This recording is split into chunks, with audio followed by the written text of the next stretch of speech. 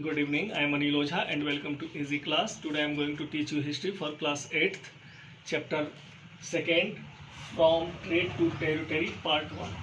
I have completed chapter 1st in previous video, and in this video we will discuss about the period of after the death of Aurangzeb, and also we will discuss about the East India Company which was established by the British.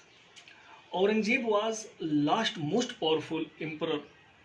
We can say he was last most powerful Mughal emperor, and he established over the very large territory and many governors and big, we can say big jamidar started asserting their authorities after the death of Aurangzeb in 1707. And after the king who became after the death of Aurangzeb, he was very, we can say they were very weak. They were not able to control over the territories, or they are not able to control against the revolt which was doing against the Mughal emperor. Control नहीं कर पा रहे थे वो, और उनके जो भी शासन थे यह मुग़ल एम्परर के अगेंस्ट में छोटे छोटे जमींदार या जो मुग़ल गवर्नर जिसे सूबेदार भी कहा जाता है, और जो सूबा दिया जाता था उस राज्य को सूबेदार, जो उसका मुखिया होता था उसे सूबेदार कहते थे, उन लोगों ने भी छोटे छोटे राज्य स्थापित करना शुरू कर दिया. Okay, we will discuss about the East India Company comes east.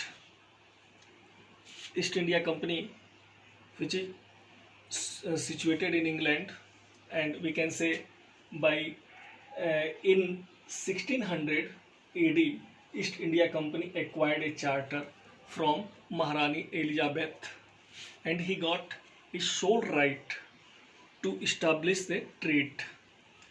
महारानी एलिजाबेथ फर्स्ट, जिन्होंने एक चार्टर एक्ट दिया. चार्टर एक्ट मीन्स लिखित अधिकार पत्र दिया, और उस पर उन्होंने सोल राइट भी दे दिया ईस्ट इंडिया कंपनी को कि वो ईस्ट में जाकर अपना बिजनेस कर सकते हैं. सोल राइट मीन्स इंग्लैंड की जो महारानी है वो किसी अन्य बिजनेस कंपनी को इस तरह का अधिकार नहीं देंगी. मीन्स अकेले ईस्ट इंडिया कंपनी आएगी और ईस्ट की तरफ शासन करेगी.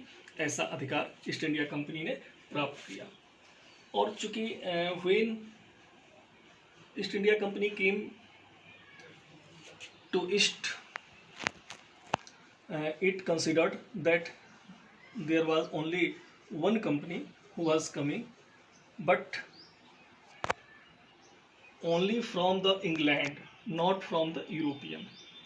ऐसा चार्टर एक्ट नहीं था कि यूरोपियन की अन्य ट्रेडिंग जो कंपनियां हैं नहीं आएंगी, भले केवल इंग्लैंड की हो कंपनी ऐसी है जिसे सोल राइट मिला था. दूसरी कंपनियां तो आ ही सकती हैं, और दूसरी कंपनियां आई जिससे इनका विवाद हुआ और ईस्ट इंडिया कंपनी से कॉन्फ्लिक्ट का यह एक कारण बना. तो चूंकि ईस्ट इंडिया कंपनी जब यहाँ पे आई है तो ये उसको आते हुए it cross the ocean looking for new land from which it could buy good at the cheap price and carry them back to Europe to sell at a high price. The main aim of the East India Company to purchase the things at a cheap level and back to sell them in their Europe or their countries. अब वो जो उनका वो एक समूह था, और यह एक कुछ ईस्ट इंडिया कंपनी कुछ लोगों का मिलकर समूह बनाया गया था. वह कंपनी ईस्ट इंडिया कंपनी कहला रही थी. तो यहाँ से सस्ते सामानों को खरीदती थी, और उनका मुख्य उद्देश्य था कि उससे धन कमाना. वो व्यवसाय के लिए, बिजनेस के लिए यहाँ पे आई थी, और उससे वह जो सामानों को खरीद के अपने यहाँ बेचती थी उससे काफ़ी प्रॉफिट इन सब ईस्ट इंडिया कंपनी को हुआ करता था. अब चूंकि उनका आने का तरीका कैसे था, वो इंडिया में कैसे पहुँचे, ईस्ट की तरफ तो चले हैं, और इंडिया कैसे पहुँचे हैं. तो the English ship sail down the west coast of Africa around the Cape of Good Hope and cross the Indian Ocean. यह अफ्रीका के पश्चिमी कोस्ट से होते हुए और गुड होप के रास्ते गुजरते हुए एंड उन्होंने इंडियन ओशियन को क्रॉस किया और इंडिया में आए. When the East India Company came here, it got that Portuguese had already reached here and also Dutch had reached here, and both companies were competitor against the East India Company. East India company की जो ये दोनों कंपनियां पहले से Portuguese की जो company थी, जो डच की कंपनी थी, कंपटीटर हो गई थी. चूंकि इन सारे कंपनियों का एक ही उद्देश्य था कि हमें यहाँ से बिजनेस करना है. और कुछ समय के बाद फ्रांसीसी कंपनी भी आ गई. तो ये सारी कंपनियां जब यहाँ पे आई तो प्रॉब्लम ये हुई कि जो पुर्तगीज आए थे, Portuguese came here in 1498 and Vasco D gamma discovered India in 1498. जो 1498 में वो ढूंढे तो वहाँ पे कालीकट एक प्लेस है जहाँ पे आके उन्होंने अपना व्यापार किया. वहाँ पे जो अरबी लोग रहते थे उन लोगों ने जो पहले से थे इनका विरोध किया. तो वहाँ का जो कालीकट का राजा था उसका नाम जमोरिन था और उसने भी बहुत विरोध किया, लेकिन वो सब नहीं माना. वहाँ का जो राजा जमोरिन था उसने स्वागत किया और जो वहाँ के लोकल लोग थे, अरबी थे, उन लोगों ने विरोध किया. लेकिन सामान्य जो जनता थी उसकी बात राजा ने नहीं माना और वास्को डी गामा ने यहाँ पे व्यवसाय किया. और वास्को डी गामा के बाद फिर और भी पुर्तगीज गवर्नर आए, उन लोगों ने भी व्यापार किया, बहुत लाभ कमाया. तो चूँकि लाभ तो कमा चुके थे, डच भी लाभ कमाए थे, तो ईस्ट इंडिया कंपनी भी उसी चीज़ के लिए लाभ आई थी कमाने के लिए. तो इस तरह से आपस में इन लोगों में लड़ाइयाँ चला करती थी. ओके, यहाँ जो सामान था जैसे the fine cotton, the silk produce, the spices में पीपर, क्लोव्स, कार्डमम, फिर आपका सिनेमम्स, ये जो भारत से थे. तो ये सारे जो स्पाइसेज और फाइन कॉटन थे, इस तरह के मार्केट इंडिया में बहुत अच्छा था. Means India had a big market for this fine cotton और spices. And also all the companies took these goods and sold their European countries, और वहाँ ले जाके वो उसे बेचती थी और प्रॉफिट बहुत अच्छा इन लोगों को मिला करता था. अब चूँकि अब समस्या हुई कि आपस में एक ही चीज़ था, एक ही चीज़ के लिए उन लोगों से सभी देशों में सामान लेना था. जैसे स्पाइसेज है, मसाला के लिए पुर्तगीज को भी मसाला बहुत सस्ता मिलता था, अपने यहाँ ले जाके बेचते थे. डच भी बेचते थे, अंग्रेज भी चाहते थे ईस्ट इंडिया कंपनी वाले. तो अब इसमें इन लोगों ने एक दूसरे के साथ कंपटीशन करते हुए लड़ाइयाँ भी की और ईस्ट इंडिया कंपनी ने अपना फोर्टिफिकेशन मीन्स उन लोगों ने उसको किलेबंदी करना सोचा कि हम कैसे किलाबंदी करें कि अपने सामान को सुरक्षित रखें. तो चूँकि किलाबंदी तो हो ही रही थी और किलाबंदी जब हुई तो अब उस पर जो वहाँ का नवाब था वो डिस्टर्ब कर रहा था. नवाब को ये चीज़ ठीक नहीं लग रही थी.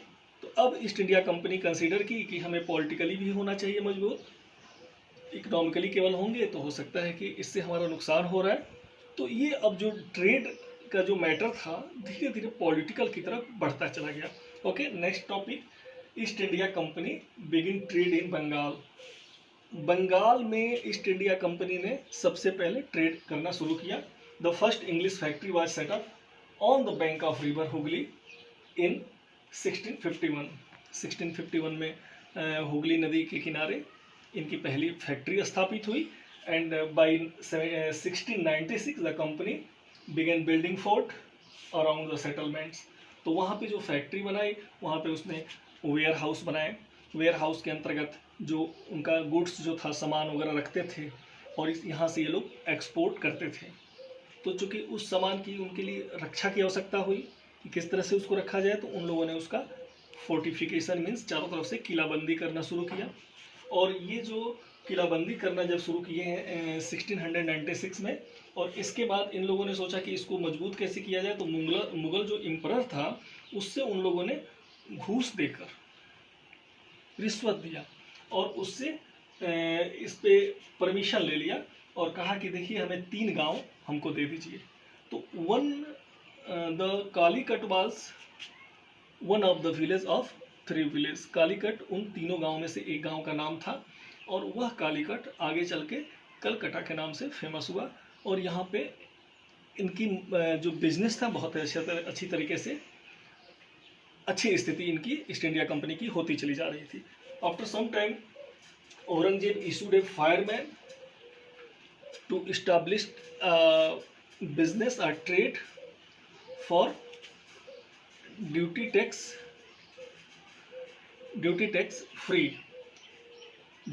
फ्री बिजनेस करने के लिए इन्होंने एक फायरमैन का मतलब होता है एक दस्तखत या एक चार्टर इस तरह का इशू करा लिया औरंगजेब से। तो औरंगजेब तो कर दिए, लेकिन जो वहाँ बंगाल में स्थिति या ये हुआ करती थी कि अब औरंगजेब के समय में तो कराया गया था। औरंगजेब जहाँ से अपने मुख्य राजधानी से राज्य करते थे, लेकिन बंगाल का जो नवाब था वो इस दस्तखत भी इसको हिंदी में बोलते हैं, इससे नाराज था, क्योंकि ये ईस्ट इंडिया कंपनी के लिए केवल इन लोगों ने एक फायरमैन जारी किया था। और यानी ईस्ट इंडिया कंपनी का जो भी बिजनेस होगा उसे वो फ्री, उसे बिल्कुल टैक्स नहीं लगेगा। तो ये लोग क्या करते थे, ईस्ट इंडिया कंपनी वाले कुछ अपने रिलेटिव्स को भी दे देते थे। ईस्ट इंडिया कंपनी से हटकर भी कुछ लोग प्राइवेट लोग भी अपना व्यवसाय करते थे। तो इससे रेवेन्यू का नुकसान होता था बंगाल का। तो ये सारी चीज़ें जब बंगाल का रेवेन्यू का नुकसान हुआ, तो इस नुकसान के चलते नवाब ने उसमें रोक लगाना शुरू किया। We can say about the nawab of 3 nawab was present at that time from Bengal. Murshid Quli Khan, after Murshid Quli Khan Alivardi Khan, after Alivardi Khan Sirajuddaulah was the nawab of the Bengal. तो इन लोगों ने एक एक करके, चूँकि मुर्शीद कुली खां के समय स्थिति थोड़ा सा सामान्य थी, लेकिन उन्होंने इसका प्रोटेस्ट किया, विरोध किया कि इस तरह का नहीं होना चाहिए कि फोर्टिफिकेशन भी हो रहा है और ये जो फायरमैन जारी किया गया इससे रेवेन्यू का नुकसान हो रहा है। इसका विरोध अलीवर्दी खान ने भी किया, but Sirajuddaula forcefully oppose this business और दिस फायरमैन। ये जो फायरमैन जो विशेष परमिशन दे दिया गया था, परमिट दे दिया गया था, इसका विरोध करना शुरू किया। तो अब how trade led to battle, इसके अंतर्गत हम लोग पढ़ेंगे कि जो ट्रेड था वो बैटल में कैसे चेंज हो गया। तो बैटल में ट्रेड का चेंज होने का कारण यही था कि जो इन लोगों ने बिना नवाब के सहमति के they started to fort about their factories, around the settlement, जहाँ उनका सेटलमेंट था या फैक्ट्री थी, बिना नवाब से सहमति या उनसे कोई भी परमिशन नहीं लिया और स्टार्ट कर दिया उसकी किलेबंदी करना। तो उस दौरान सिराजुद्दौला हुआ करते थे, he was the nawab of the Bengal. तो उन्होंने इसका विरोध किया। तो जब विरोध किया तो इन लोगों ने अपना जो ईस्ट इंडिया कंपनी थी वो स्टार्ट कर दी अपनी बात कहना कि वो नहीं चाहते हैं कि उनका बिजनेस अच्छी तरह से प्रोग्रेस करे, और उनकी जो इंटरफेयर बार बार हो रहा है नवाब का, तो ये इनके इंटरफेयर से हमारा बिजनेस डिक्लीन हो रहा है। So we have to take a political support against the nawab. और वो बंगाल में जहाँ इन लोग का बिजनेस था, जहाँ नवाब को लग रहा था कि रेवेन्यू का नुकसान हो रहा है, ईस्ट इंडिया कंपनी को लग रहा था कि हमारा बिजनेस ही चौपट कर रहे हैं, तो अब सिराजुद्दौला ने उनके फोर्टिफिकेशन का विरोध किया, उनके किलेबंदी का विरोध किया, और नवाब को यह जो नवाब का यह विरोध था ये ईस्ट इंडिया कंपनी को बिल्कुल अच्छा नहीं लगा। और इसके बाद दोनों में छोटे छोटे विवाद होना शुरू किए। जो कासिम बाजार है, Qasim Bazaar of Kasim Bazaar of Bengal, it is the reason of dispute. वहीं से डिस्प्यूट शुरू हुआ और वहाँ पे इन लोगों ने किलाबंदी की और नवाब ने उसका विरोध किया। अब ईस्ट इंडिया कंपनी चाह रही थी कि एक पॉपेट नवाब हो, कठपुतली नवाब। अब उसके भी दिमाग में ये बात आ गई कि अब नवाब को हटाकर एक ऐसा नवाब होना चाहिए बंगाल का जो हमारी सारी बातों को माने। और अब ईस्ट इंडिया कंपनी भी वार करने के लिए परेशान हो गए कि हम अब इनको किस तरह से वार में इनको पराजित करें। और after the killing of nawab of Bengal we settled a puppet Nawab.